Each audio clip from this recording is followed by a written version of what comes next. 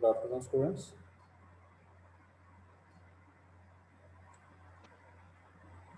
Are you hearing my voice?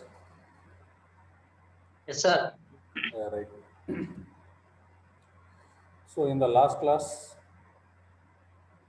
we discussed certain things regarding the women's social movements in colonial India,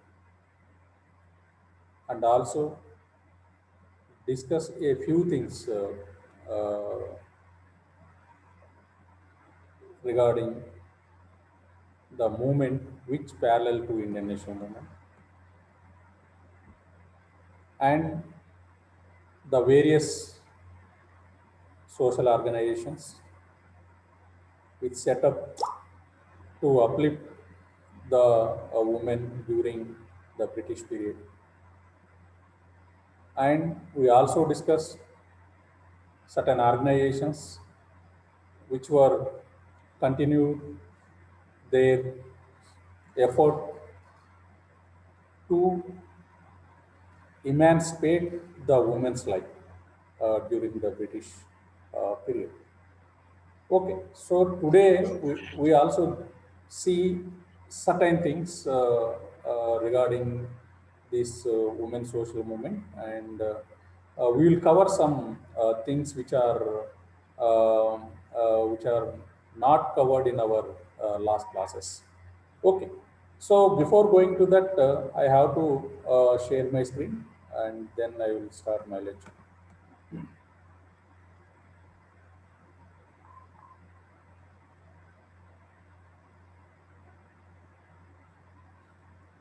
Are you getting my screen? Screen కనిపిస్తుందా students?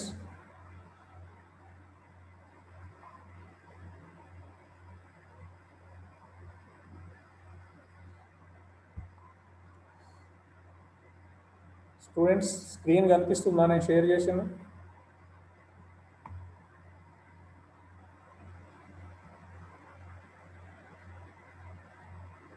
ఉన్నారా క్లాస్లో? ప్రవీణ్, ఎం ప్రవీణ్, కే ప్రవీణ్. కనిపిస్తుంది sir.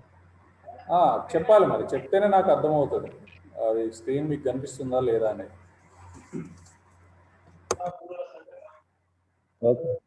Okay, Eshwar Chandra sir. Okay sir.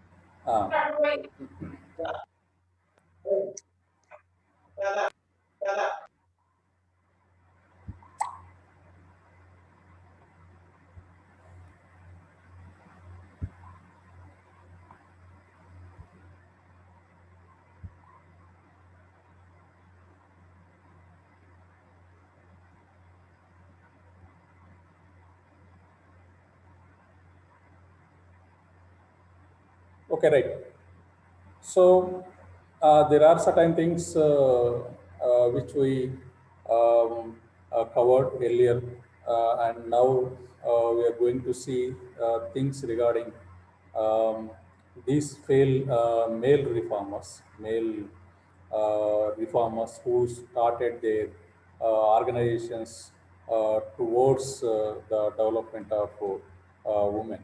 Okay, so the preceding the national independence from the colonial rule was the social reform movement, which made attempts to reform the conditions which Hindu women live. Okay, so we not only discussed about this Hindu women, and we also had a glance over the Islamic society, particularly about the Muslim women. Okay, so and child marriage, early widow, and sati were some of the oppressive conditions that I caste Hindu women suffered from. Okay, so the young widows were often children and were forced to live a life of privation, and they had to transfer then heads where only white could not adorn themselves with ornaments and had to eat meager food. And they were seen as bad women and could not take part in any festives. Okay, so any festivities, right? So some of literate women have left us records of what they went through, and the reform movement was spearheaded by men who exposed to uh, liberal ideas and considered these conditions as an indictment of their society by colonial rulers and supported passing legislation raising the age of consent for marriage. Okay, so abolition of sati practice. And campaigning for widow remarriage, especially if the woman had no children. They also push it to women's education in a big way. Okay, so it is general assumption that men were the architects of these drives towards emancipation of women. But many research shows how the wives, daughters, sisters, and followers of male leaders were equally in the forefront of the movement. Likewise, because we discussed certain things like Swarna Kumari, Sarla Devi, two important women from the family of Rabindranath Tagore, who actively participated in the women's movement. Okay, so likewise, it is generally presumed that this awakening was mainly due to colonial encounter of India under British rule and the English language which Lord Macaulay which used into the Indian education system. Okay, so his aim was to create a cadre of Indian administrators capable of replacing the British nationals in India, basically. Okay, so and ironically, these events also gave Indian leaders exposure to the new ideas. Okay, so because English education and the Western ideas through the Christian missionaries and various educational institutions provided the Indians to be a part of this administration of the British India, and also at the same time those rationalistic education and ideology which made Indians be a rational and they are much at the time they are aware about the things which happened in the world. Okay, so these given somewhat which encourage these certain intellectual class from the middle class. Okay, so intellectuals from the middle class, which given somewhat fight against these challenges in the Indian traditional society. Okay, so here during the 17th and 18th centuries, there were parts of India ruled by native states, which were outside British Empire, and where such progressive enactments were made. Three such examples of the state of Travancore, Cochin in South West India, and the state of Mysore and state of Baroda, where women were highly educated and were employed in many professions. Okay, so there was an organization called Brahma Samaj in Bengal, and one of the North India organization. Another one is the Arya Samaj. Okay, so both were contributed a lot towards eradication of such social evils in the Indian society. Okay, so they not only promoted education and autonomy for a woman, but introduced free choice marriages among Indian young couples. Okay, so even the martial arts were taught to women in Arya Samaj. Okay, you are well known that such types of Lati clubs, here Lati clubs were started by Balagangadhar Tilak. Such type of clubs and gymnasiums which were started by the Arya Samaj during the colonial period and for men, and also they established such clubs for women. Okay, so where the women may get such a training in the martial art like that.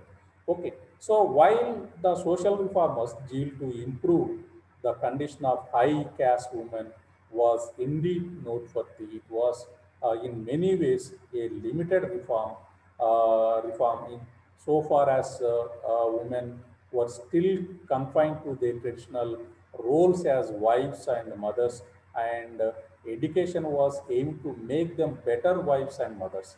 Okay, so capable of being enlightened partners to their husbands, and they did not envisage any public role for women. Okay, so Mahatma Gandhi drew them into the national movement and legitimized their public role. But this too was mooted insofar as he extolled the essential nature of the woman as self-sacrificing mothers, befitting them for participation in the national movement. Okay, so as Sangari and Wade content. Both the tradition and modernity have been in India carriers of patriarchal ideologies. As such, neither is available to us in a value free and unproblematic sense, nor is neither as they are conceptualized. Okay. So the social reformers' agenda did not include freedom for women outside the patriarchal baggage, and this limited reform paved the way for future where women could find their own space. Okay, so and one cannot educate women without it leading to critical inquiry about their own lives. By 1860, many women went into professions like teaching and nursing, and they became aware of themselves and their themselves. And this was the period when more than 100 autobiographies were written by women, expressing their dissatisfaction on their lack of autonomy. Okay, so and some wrote that imagine a time when women would be in charge, like the book Sultana's Dream, which is written by Shakawat in 1905. Okay, so some wrote a comparison of men's lives and women's lives to demonstrate how women were denied opportunities for self fulfillment, basically. Okay, so in the North India, the Indo-Gangetic pain has earned the project to as the cow belt to denote the ultra conservatism of the people there. Okay, so yet in the late 19th century, there were many women who wrote in Hindi, uh, and even though their writings in the form of short stories and essays evoked the image of Hindu goddesses as icons of female power. Okay, so there was evident an undercurrent of desire of female autonomy and feminist consciousness. Okay, so consciousness. Thus, despite many contradictions, the reform movement was precursor to an emerging feminist movement in India. Okay, so around this time, and at the same time, the feminism became a movement which parallel to other social reform movements and national movement which started in India. Okay, so feminism is that the some of the women who are challenging about the women forbiddenness to various things. Okay, so because they are challenging the inequality, the status with women with men. Okay, so through their writings, uh, uh, they are they are challenging such social evils only confined to the women in the Indian traditional society. Okay, so why they are questioning, they are question that why such social evils is not confined to the men. Only these are only confined to the women, and even certain occasions like the festivals or like any occasions, whether during the time of uh, pujas or any altar, only men were participating without the women. So they condemn such a evils which mainly in the Hindu traditional society. Okay, so around this time, the radical voice also emerged, advocating education for lower caste, and Savitribai Phule was forerunner in opening schools for educating lower caste women, and the Women's Studies Center in Pune is named after her. In 1906, a social reformer, Don Kesav Karve, D.K. Karve, after visiting Japan, which had a women's university, was inspired to open a similar university in India. And the history of this university is itself a history of women's movement. Okay, so Karve had earlier begun a small institution to educate widows in Pune. After his visit to Japan, he converted it to a women's university, offering courses in education, nursing, regional languages, Sanskrit, arts, and humanities.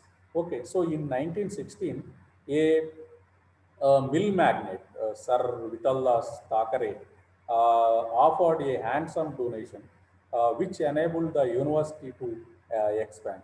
Okay, so the Women's University, which was the only one in India that at the time was named after his mother and continues to have the same name, Srimati Damodar Nathibai Thakare's Women's University. Okay, so SDNT Women's University, still it is one of the prominent university you find at Pune. Okay, so and by 1950 it became part of Maharashtra State University system and shifted to Bombay while retaining a wing in Pune. Okay, so as a full-fledged university, it offered professional degrees, courses, bachelor and master's level as well as the doctorate level. Okay, so in various fields. Okay, so and there are other contributions also you find with other reformers like particularly during Indian national movement. When you see during the national movement encompassing the non-cooperation and civil disobedience and the Quit India movements, many women participated, but they were the wives, sisters, and followers of male leaders. And rural women participated only during the protest against the salt tax. Okay, so the mass from this rural section was participated in the Dandi March basically. Okay, so the movement was predominantly of the middle class. Okay, so the majority of the women from the middle class section only participated in the national movement, the programs of national movement, and the two contradictory rationale were simultaneously espoused, namely women's public appearance was justified as they were mothers fighting for mother country, and women had equal rights as men. Okay, so these two contradictions were not resolved. Even today, the right wing party uses the same rationale, while the mainstream center party, which is treats women as equal to men. Okay, so and there are in between 1917 and 27, three major women organizations got established. One is Women's Indian Association, and All India Women's Conference, and National Council of Women in India. Okay, so at the first All India Women's meeting, which is 7,000 men attended, and the All India Women's committee prepared a memorandum seeking right to vote for women from the British government. Okay, so this we already discussed in the last classes also. Uh, they are worked these All India Women Conference and National Council for Women and Women's Indian Association. All these are such a organizations who worked for the upliftment of women, and they worked for the establishment of such educational institutions for the women separately. Okay, so and the All India Women's Conference was also in the forefront of reforms in marriage and property laws concerning women. All said and done on the eve of Indian independence, women were struggling to establish liberal principles with equality as the guiding principle. And unfortunately, the national movement for independence shelved the gender question to be taken later, just as it did for incorporating affirmative action for previously marginalized communities to be addressed after independence in framing a constitution. Okay, so here the national movement was not a homogeneous as generally believed, and there were many practical stands. There were subaltern groups who spoke of their oppression, but they did not recognize the different levels of oppression within them. Okay, so like such such criticism also find criticism also find while moving with the equality of women by various programs. Okay, so after Indian independence, many women also argued the participation of women and establishment of their such establishment of various educational organizations and women organizations in India. Okay, so among them in 1958, Tara Ali Beg wrote a book on the activities of women who inherited the political mantle from men in their families. Okay, so all the women organizations and women leaders were careful to emphasize that they were not anti-men. Okay, so the argument of desirability of extended space for women was assisted by the women leaders, connecting connection to male leaders and legitimized women's entry into the public space, and this was not available to all women. Their participation was limited. Okay, so and apart from that, these after the national movement, after attainment of Indian independence, the 1970s focus was achieving some political, socio-political reforms, which in no way challenged the basic gender discrimination in society, and the directive principles of the national constitution had no discrimination on the basis of the gender as one of the clauses. Okay, so this promise had created sense of such thing that women's issue would be addressed. Okay, so and various the publication of the report of Committee on the Status of Women towards equality took the lead of this complacency, and it exposed the enormous discrimination that prevailed on the basis of gender in the employment, education, and health, and in participation in public bodies. Okay, so and even after the attainment of Indian independence, the independence, even after the Indian independence also, the women in the society not achieved their goal of equality, equality with the men. Okay, so still they are after Indian independence also.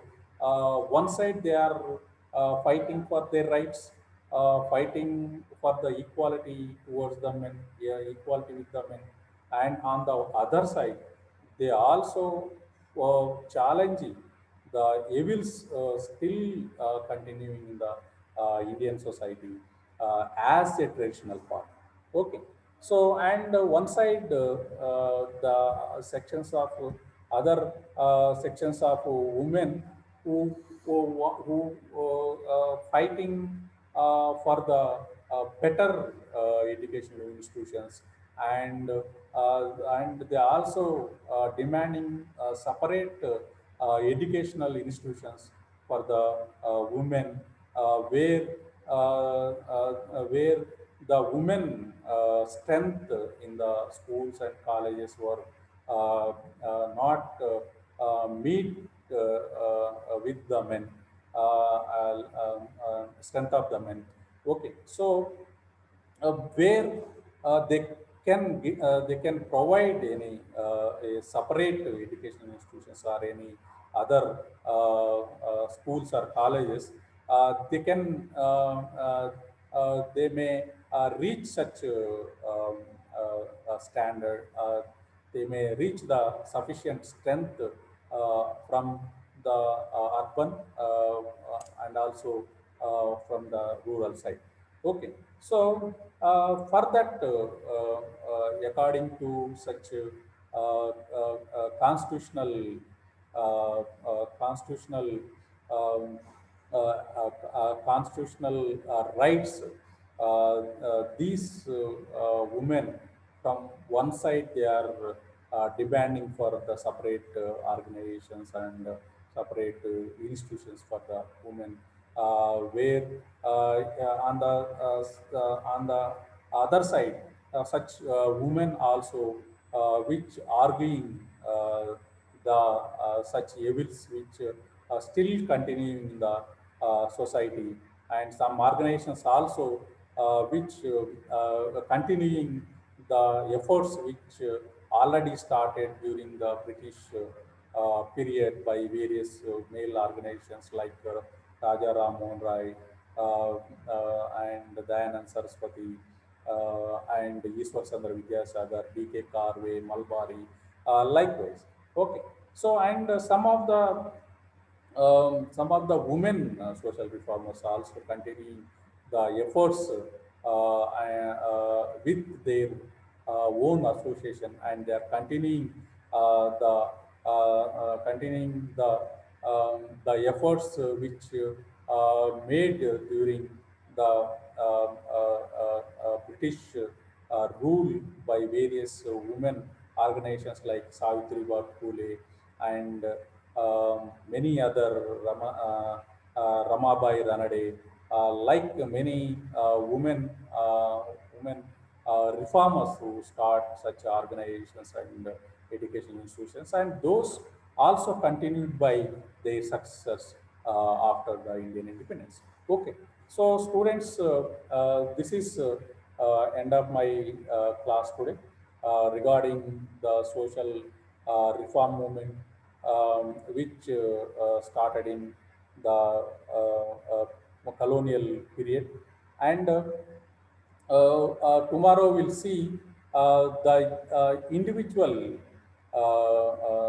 organizations like All India Women Organization and Women Indian Association, like women organizations, played an important role to uplift the status of the women, and we'll see those organizations individually, individual organizations in the next class. Okay, so students, this is about my class today regarding women's reform movement in the British period and during the time of Indian national movement. Okay, so regarding these, you have any queries or doubts? Now you are welcome to ask.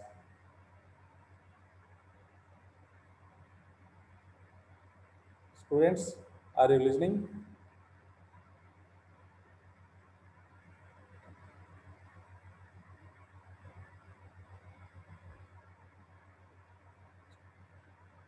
వినిపిస్తుందా? Yes, sir. Okay. So దీనికి సంబంధించి అంటే ఈ women moments, social మూమెంట్స్‌కి సంబంధించి ఏమన్నా doubts ఉంటాయి. అంటే ఈరోజు క్లాస్ గాని, ఇంతకుముందు క్లాసులకు సంబంధించి ఏమన్నా డౌట్స్ గాని, క్లారిఫికేషన్స్ గాని ఏమన్నా ఉంటే మీరు అడగొచ్చు.